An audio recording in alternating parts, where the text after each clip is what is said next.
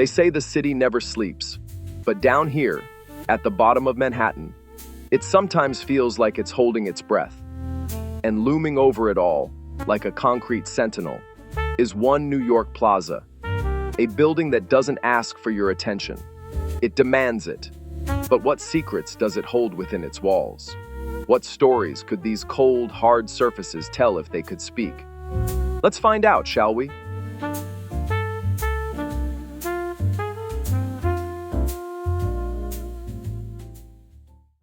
To understand One New York Plaza, you have to understand the New York that birthed it. The late 1960s. A city teetering on the brink. Bankrupt, crime-ridden, a place where the American dream seemed to be turning into a nightmare. But down here, in the canyons of Wall Street, the masters of the universe were still playing by their own rules. They needed a fortress, a monument to their enduring power. And they got it.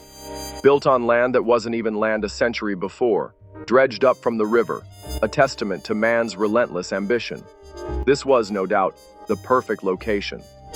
The original anchor tenant? Irving Trust Company. A name that might not mean much to you now, but back then, it was synonymous with old money, old power. This building was their castle, their statement to the world. We're still here, and we're still in charge. Look at it.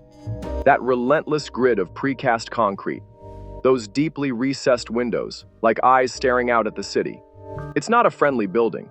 It's not inviting. It's imposing. You feel small standing next to it, and that's precisely the point. William Lescaz, influenced by the international style with the collaboration of Kahn and Jacobs, didn't want you to feel comfortable. They wanted the people inside to project power and control.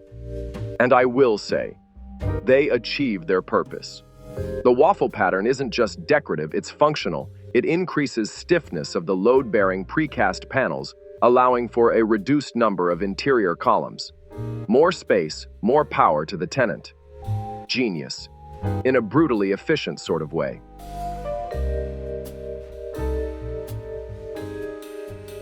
But walk inside and you'll notice something. It's quiet. The thick walls, the deep-set windows, they insulate you from the chaos of the city.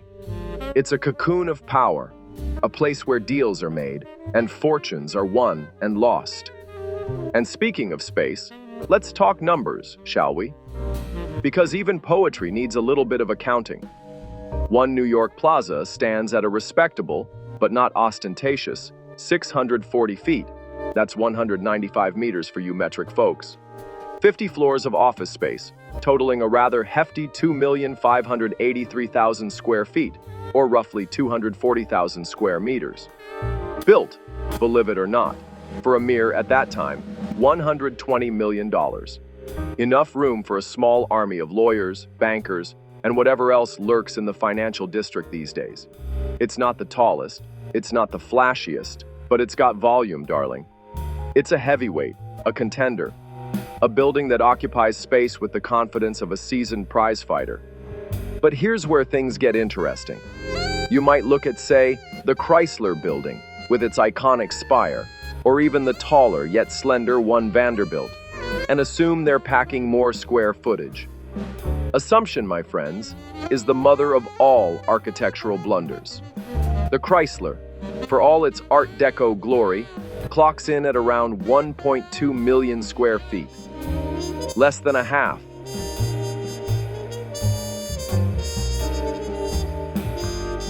And One Vanderbilt, that modern marvel, roughly 1.7 million.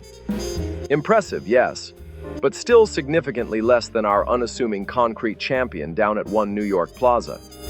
It's all about efficiency, my dears. No wasted space, no frivolous ornamentation. Just pure, unadulterated, usable square footage. A lesson in architectural pragmatism, if you will.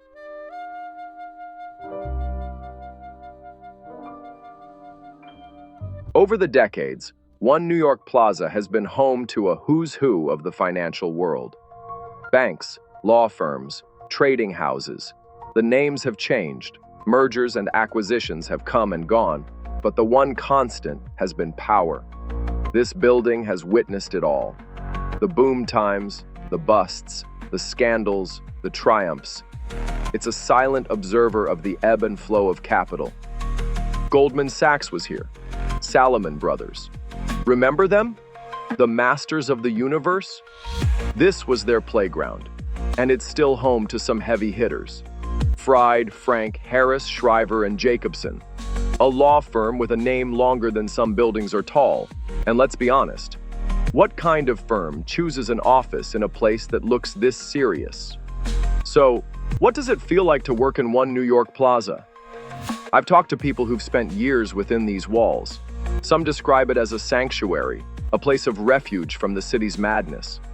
Others find it cold, impersonal, a concrete tomb. It all depends on your perspective, I suppose. One thing everybody agrees, it makes an impression, even to this day. It's a building that reflects the city around it. Hard, relentless, uncompromising, but also, in its own way, beautiful. A monument to a particular moment in time. A reminder that even the most enduring structures are ultimately just temporary vessels for human ambition. It has absorbed the sorrows of September 11th and withstood, almost unscathed, the fury of Hurricane Sandy.